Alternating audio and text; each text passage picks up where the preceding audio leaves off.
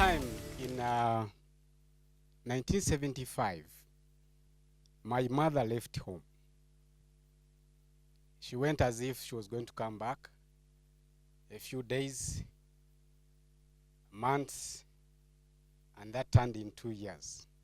So 9 years later, my mother comes back home with a 9-year-old boy. That boy is me. My name is Vincent Kayemba. So I saw my father. You wanted to clap for me? You can. So I saw my father for the first time at age 9. So all along, you can imagine, my world was locked into not having seen my father and my other siblings, just being with my mother. So there was something lacking. When I came to my father, where I thought maybe things are going to be a little bit different from where I was, the longing was even now higher. The situation was almost similar or even worse, because I was now used to the other one. So life was a little bit hard. My mother had tried to struggle to put him in school, and I'm talking about the church-founded schools under the tree. I don't know how many I attended until I lost count. So the last time I started counting properly, I was in P6, and I was now with my father's place. And unfortunately, that's when the school fees was getting finished. I couldn't go beyond that. Much as I was the highly educated kid at home. I used to walk 7 kilometers daily, to and from. That is 14. Never mind that I didn't have shoes.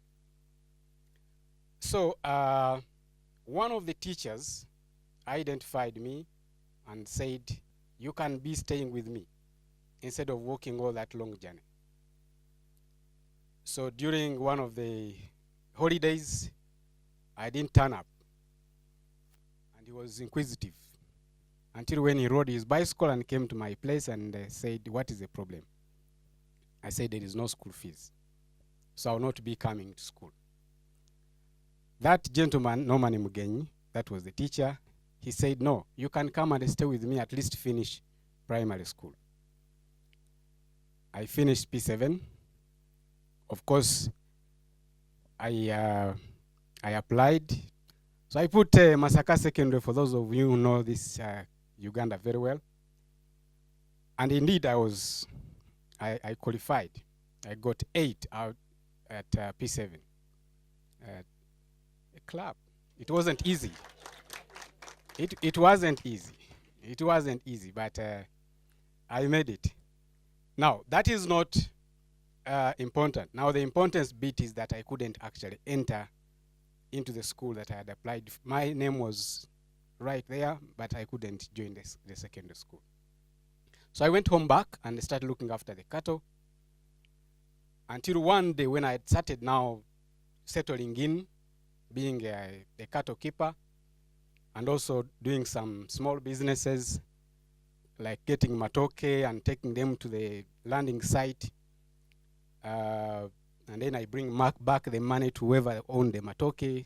I didn't have capital, so I would just come and say, can you give me that bunch of banana? I take it to the landing site, I bring back the money. And then they would give me some token.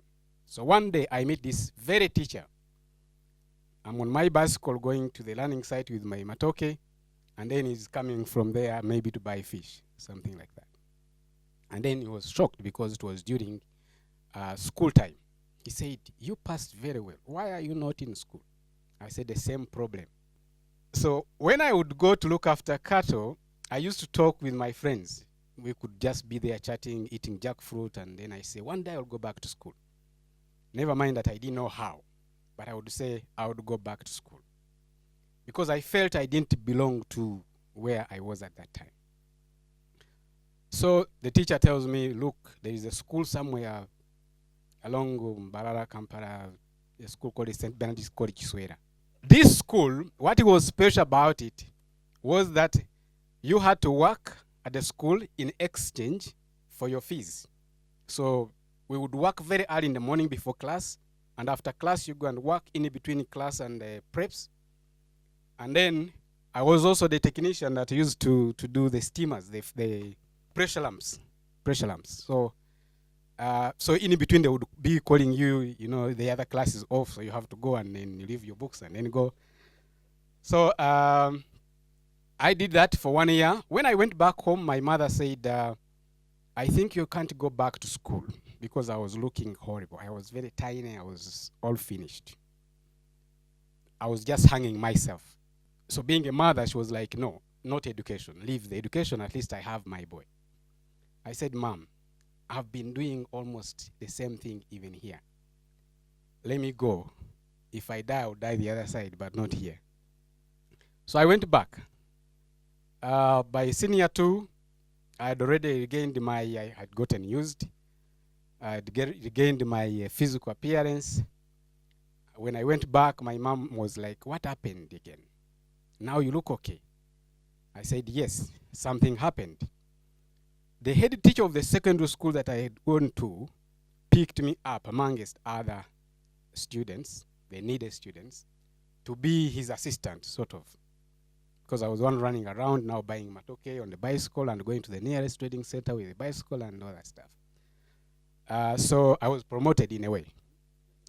Instead of going to work in the gardens, now I'd work at the head teacher's house. So instead of eating the normal beans, mine were at least fried a bit. Yeah, so that's how I survived. So shortly after, around senior 3, it was senior 3 vacation, I'd gone home. When I came back home for the new term, I found that the head teacher, the one that I was staying with, had actually left the school. He had packed his bags and left, going back to the government system to work in the government. So that evening, I attended my preps. I tried to pressure the pumps, but they were not coming up because I knew the following day I was going home. I said, why should I give for them to study and I'm going back. So I was sad that evening. But as I settled in a class to study, one teacher came to me and said, Vincent, after the preps, I need to see you. As you heard, your friend left. I said, yes, I was waiting for that. Only I was looking for my wooden suitcase, which I didn't know where they had pressed it. I had carried a wooden case from home. So that's what I was trying to look for, and then tomorrow I go. They had also introduced a policy of paying 20,000 contribution on top of your labor, not top of working at school. So you had to pay 20,000, which I didn't have. So after the secondary school, after the preps, I go and see the teacher. He says, your things are there. They were in the corner. But also I have a letter for you, written by your head teacher, Mr. Ronald Mwanda. So when I opened the letter, he was saying, Vincent, I'm sorry I had to leave the school, but you can go back to your parents and ask them, if possible, to come and follow me. I wanted Mr. Mwanda to be here and Mr. Norman to be here. Those are great men in my life. So instead of going back home, I said, the little man I have, now I wasted to go and ask my father and my mother whether I should follow this man. I just used the money and boarded to Mitiana.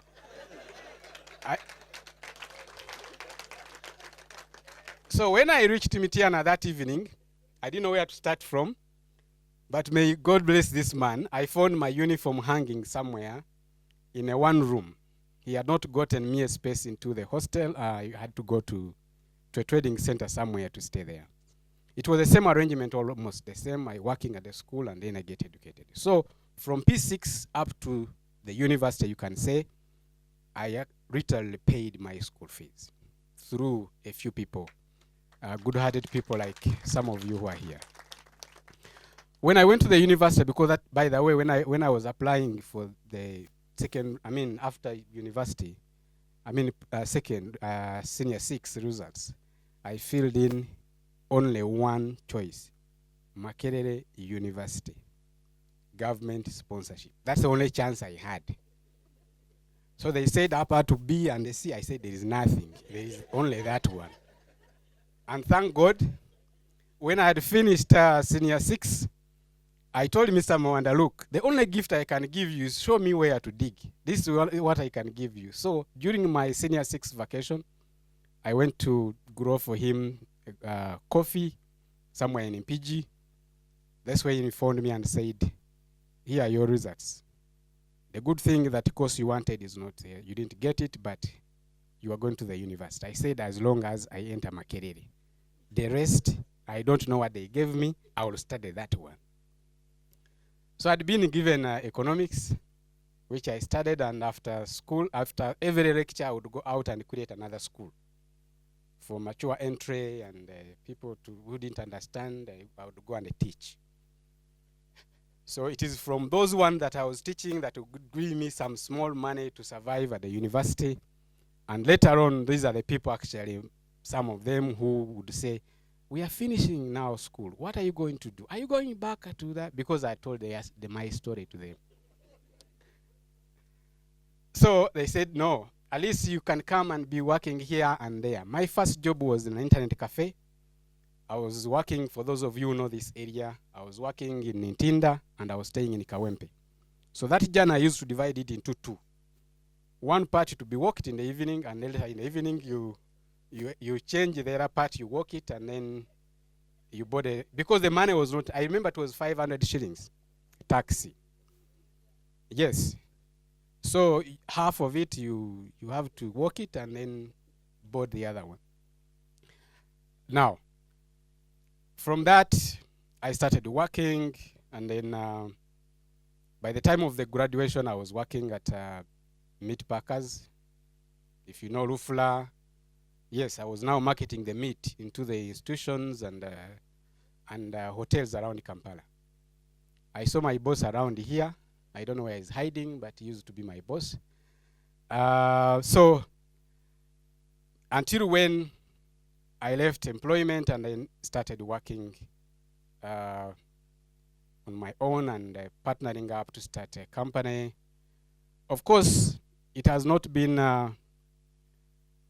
this journey is not yet ending and is not going anywhere. This is what I want to tell you. At any one time, you're going to feel short of something. You're struggling to be something. This is a personal story that I called The Will to Live. The Will to Live. This one, we are all born with it. That's why you're here. The scientists who have been here can tell you that actually, out of 1 million people, you were born one. That is the will that you have. If you ever meet any challenges, just know you have a will to live. This will can be nurtured. It can be, it can dim down due to the challenges that we go through, but it can also be boosted by talks like this one. Currently, like you heard, I'm a director at Pinnacle Security and a protector at SPC, whereby we have a staff about maybe going to 5,000 people in the region. Now, we are skilling these people with security skills because, you know, these are almost the low-level cadres that you can start employing, people who dropped out of school, but I've seen amazing people's lives actually changing through these simple skills.